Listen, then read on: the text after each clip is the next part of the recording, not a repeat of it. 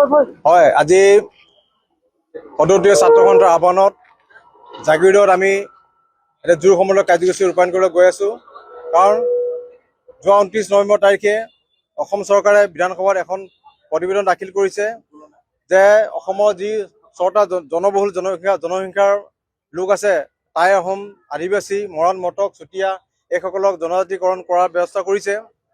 আমি শংকিত হৈছোঁ, কাৰণ আমি যি 14টা জনগোষ্ঠী আছোঁ বৰ্তমান অসমত, আমাৰ মুঠ পপুলেশ্যন হৈছে 45 বা 50 লাখ। কিন্তু যিকেইটা জনগোষ্ঠীক জনজাতিকৰণ কৰিব বিচাৰে চৰকাৰে, তেখেতসকলৰ 1.5 কোটি। গতিকে যদিও আমি এটা অনুভৱ কৰোঁ, যদিও আমাৰ ৰাজ্যিকভাৱে একো প্ৰভাৱ নপৰে, কিন্তু সৰ্বভাৰতীয় পৰ্যায়ত কিন্তু ST হিলছ, ST ভেলী বা ST প্লেইনছ বুলি কোনো কথা নাই। সৰ্বভাৰতীয় পৰ্যায়ত ST গতিকে আজি আমি যি এটা সুবিধা ভোগ কৰি আছোঁ, সেই সুবিধাৰ পৰা আমি বঞ্চিত হ'ম। আৰু সেইকাৰণে আমি চৰকাৰৰ বিৰুদ্ধে এই প্ৰতিবেদন আমি নামানো বুলি আমি এইবিলাক গণতান্ত্ৰিক কাৰ্যসূচী আমি ৰূপায়ণ কৰিবলৈ গৈ আছোঁ। হয়, চৰকাৰখনৰ কমিটমেণ্টটো কি আছিলে?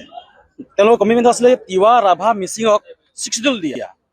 কেন্দ্ৰ চৰকাৰৰ বিজেপি ৰুলিং নোহোৱাৰ আগতে তেওঁলোকে অসমত বসবাস কৰা তিৱা, ৰাভা, মিচিঙক তেওঁলোকে প্ৰতিশ্ৰুতি প্ৰদান কৰিছিলে কি তিৱা, ৰাভা, মিচিঙক অতি সোনকালে 6ষ্ঠ অনুসূচীত স্বায়ত্তশাসন প্ৰদান কৰা হ'ব।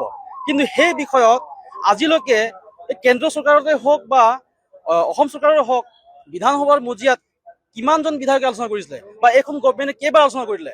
দিব লাগে, আলোচনা হ'ব লাগিছিলে আমাৰ তিৱা, ৰাভা, মিচিঙৰ শিডিউল সন্দৰ্ভত, কিন্তু আলোচনা হৈছে 6 জনগোষ্ঠী জনজাতিকৰণৰ বিষয়ে। আমাৰ জেনেৰেল কোৱাৰ দৰে আমি আছো এক্সিষ্টিং যিটো 14 ট্ৰাইব, এই 14 ট্ৰাইবৰ আমাৰ পপুলেশ্যন হৈছে 45 to 50 লাখ। কিন্তু আমাৰ ওপৰতে এতিয়া 1.5 কোটি বা 2 লাখ যদি 2 কোটি যদি আমাৰ জাপি দিয়ে, তেনেহ'লে আমাৰ অৱস্থা কি হ'ব? আমাৰ সুবিধাখিনি কি হ'ব?